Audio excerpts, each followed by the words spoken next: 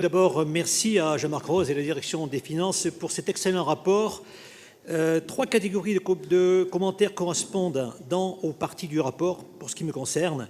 Contexte économique ainsi que situation financière de la communauté urbaine, orientation budgétaire et enfin perspective budgétaire. S'agissant du premier domaine, je dirais que celui-ci me semble optimiste, notamment au regard de la situation au Proche-Orient et d'un possible embrasement de la région. Les taux bancaires pourraient fort se stabiliser à leur niveau, voire éventuellement augmenter, ainsi que les matières premières, avec des conséquences importantes pour l'économie.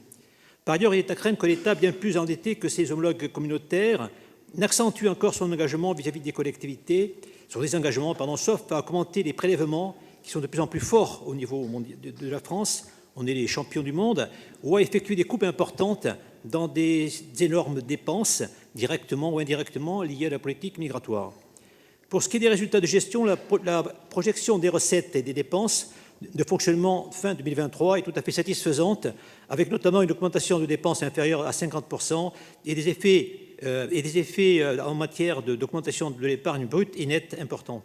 La projection de l'endettement montre que celui-ci augmenterait stricto sensu de 8% pour le budget principal, ce qui aurait pu être évité avec un lissage des investissements, mais qui correspond cependant à un bon résultat au regard notamment de l'inflation en matières premières pour les BTP.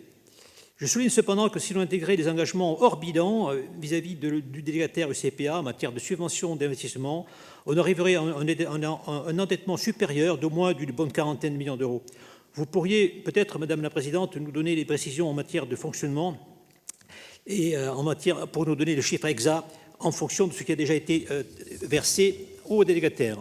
Pour ce qui est enfin du PLF 2024 et de ses conséquences pour les budgets locaux, on est un peu dans l'incertitude tant au regard de la situation internationale que de la volonté au moins affichée du gouvernement d'essayer, à juste titre, de réduire le déficit public qui a explosé depuis les années 80 et plus particulièrement depuis les années Macron.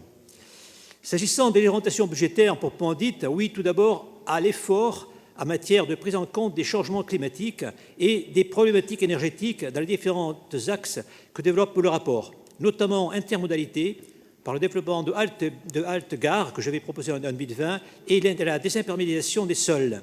Deux réserves cependant. Le développement de moyens collectifs performants doit inciter à choisir ces transports, mais sans pour autant s'accompagner de mesures visant à quasiment rendre impossible l'utilisation des voitures individuelles. Par ailleurs, l'énergie renouvelable me semble une utopie. C'est le cas notamment pour la Marne, du voltaïque que vous citez, et partout en France, des orides inutiles éoliennes. Oui à l'effort économique et notamment aux recherches de diversification et d'aide aux entreprises, même si je regrette pour ma part que le projet Port-Colbert ne s'ouvre pas sur la relance d'une activité fluviale peu énergivore, peu polluante, qu'il faudra localement tôt ou tard redécouvrir, comme le fait l'État, confère son contrat d'objectif 2020-2029 avec VMF.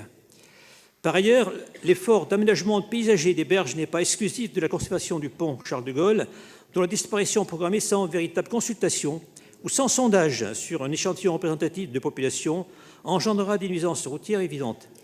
Par ailleurs, enfin, une phase d'analyse des flux après mise en renforcement des moyens collectifs de déplacement aurait tout de même pu être choisie. Oui aussi, évidemment, à la rénovation urbaine strictement adaptée à l'évolution de la population déjà en place, en privilégiant les citoyens français et en ne facilitant pas l'arrivée de nouveaux habitants que pour attirer des citoyens français ou de pays de lieu déjà titulaires d'un contrat de droit public ou privé sur le territoire du Grand Reims ou ayant choisi de travailler à Paris tout en habitant de la communauté. Oui aussi aux actions de tranquillité publique, mais en se rappelant que celle-ci ne sera moins le résultat de la création d'un bataillon de prévention, de mesures de déplacement géographique de quelques familles liées à la délinquance ou à la haine de notre pays ou de certains citoyens, que par la chasse effective et intraitable des délinquants en tout genre. Oui aussi aux efforts pour l'école, tout en étant plus réservé sur le tout écran, pour la partie éducative, dont le choix, il est vrai, ne vient pas du Grand Reims. S'agissant de la troisième partie du rapport relative aux perspectives budgétaires, la nouvelle présentation demandée par les textes permet de mieux apprécier les évolutions possibles. On peut cependant regretter que le document ne fasse pas la somme des autorisations de programme listées, donc de ce qui était programmé et souvent commencé, ainsi que la présentation pluriannuelle de projections en crédit de paiement relatifs à ces opérations. Pour ce qui est des perspectives, elles sont évidemment liées à la situation internationale et au choix du gouvernement, notamment la loi de finances 2024. Vous annoncez une augmentation de recettes et de fiscalité directe liée à l'augmentation des bases locatives. Je propose ici que la communauté baisse sa fiscalité en l'accompagnant de mesures de suppression de dépenses. Et je propose évidemment, comme suppression de dépenses, la destruction du pont Charles de Gaulle qui pourrait être annulé et la création d'une passerelle en inox qui pourrait être également supprimée. Merci. Merci. Je donne la parole à Monsieur